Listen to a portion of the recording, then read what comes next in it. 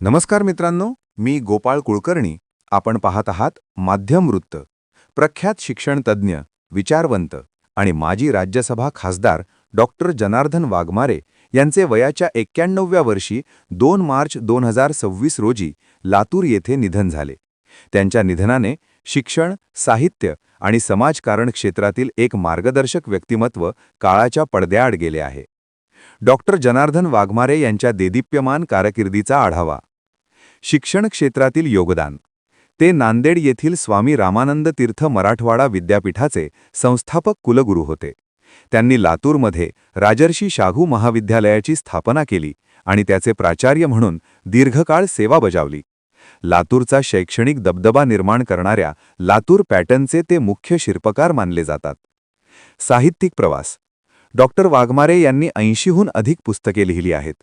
ते इंग्रजी साहित्याचे गाढे अभ्यासक आणि निग्रो साहित्याचे महाराष्ट्रातील पहिले भाष्यकार म्हणून ओळखले जात. त्यांनी दलित आणि पुरोगामी साहित्य चळवळीत मोलाची भूमिका बजावली. मूठभर माती हे त्यांचे गाजलेले आत्मचरित्र आहे. राजकीय कारकीर्द. राष्ट्रवादी काँग्रेस पक्षाचे संस्थापक शरद पवार यांचे निकटवर्तीय असलेले डॉक्टर वाघमारे 2008 ते 2014 या काळात राज्यसभेचे खासदार होते. त्यापूर्वी 2001 ते 2006 या काळात त्यांनी लातूर नगरपालिकेचे अध्यक्ष म्हणूनही काम पाहिले होते. पुरस्कार आणि सन्मान. त्यांच्या शैक्षणिक आणि सामाजिक कार्यासाठी त्यांना महाराष्ट्र भूषण यांसारख्या अनेक प्रतिष्ठित पुरस्कारांनी गौरवण्यात आले होते. आता आपण काही प्रतिक्रिया पण पाहूया. नमस्कार. आज आपण बघत आहोत की लातूरमधील पितृतुल्य व्यक्तिमत्व, कुलगुरू, माजी कुलगुरू आणि मराठवाडा मुक्ती लढा याच्यावर नेहमीच त्यांचे कार्य आणि त्याबद्दलची असणारी लोकांपर्यंत जाण्याची तळमळ, म्हणजे खरं तर त्यांचे शब्द हे संस्कार आणि प्रखर ज्ञान याचंच मूर्तिमंत सगळं उदाहरण असायचे. आणि सर्व लातूर यांच्याकडे एक पितृतुल्य व्यक्तिमत्व आणि ज्येष्ठ साहित्यिक आणि नेहमीच सगळ्या चांगल्या गोष्टींसाठी, सकारात्मक गोष्टींसाठी, लातूरकरांना नाहीच ना, फक्त अधिकाऱ्यांना सुद्धा तेवढंच सकारात्मक म्हणजे त्या ठिकाणी पाठिंबा देणारं असं हे व्यक्तिमत्व आज यांचं या ठिकाणी म्हणजे अनंतात विलीन झाले आहे. ईश्वर त्यांच्या आत्म्याला या ठिकाणी शांती मिळो. आणि खरंच पूर्ण प्रशासनामार्फत आम्हाला सुद्धा या दुःखामध्ये आम्ही सहभागी होत आहोत. आत्ताच मला कळलं की जवळपास 90 पुस्तकांचं लिखाण आणि एक आता येणार आहे, तर एवढं लिखाण त्यांच्या हातून या ठिकाणी झालेलं आहे.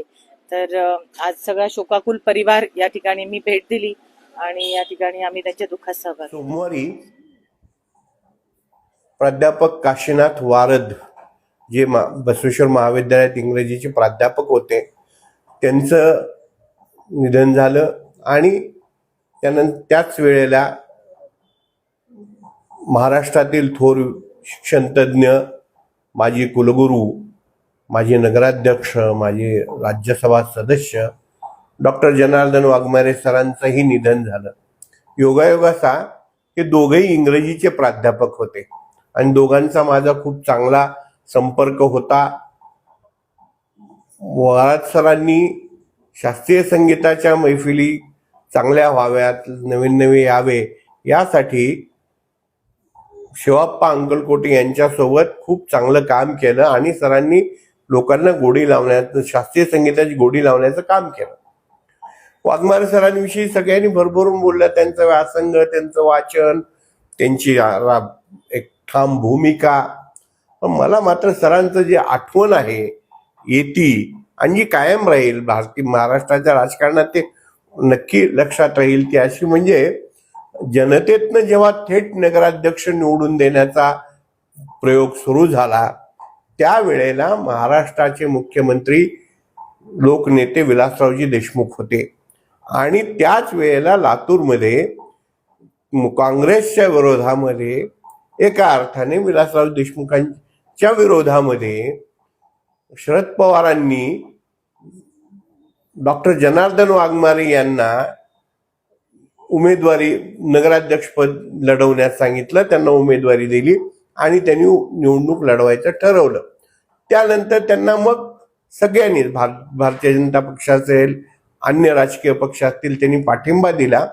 आणि जशी प्रत्येक निवडणुकीत एखादी घोषणा गाजते तशी एक घोषणा गाजली, ती म्हणजे वर सीएम खाली जेएम. आणि मग अनेकांनी आपापल्या फायद्यासाठी वर जेएम खाली सीएम असेही काही नगरसेवक होण्यासाठी लोकांनी वापरली. पण गाजली ती वर सीएम खाली जेएम, आणि ती इतिहासात तिची नोंद झाली. हे मला आज आवर्जून आठवलं. आणि ती त्यानंतरच दोघांचीही वर्तणूक राजकारणातली, विकासाच्या कामातली आज आठवते. आणि तशी राजकीय संस्कृती पुन्हा अवतरावी असं वाटतं. या दोन्ही माझ्या प्राध्यापकांना, दोन्ही शिक्षकांना अभिवादन करतो आणि थांबतो.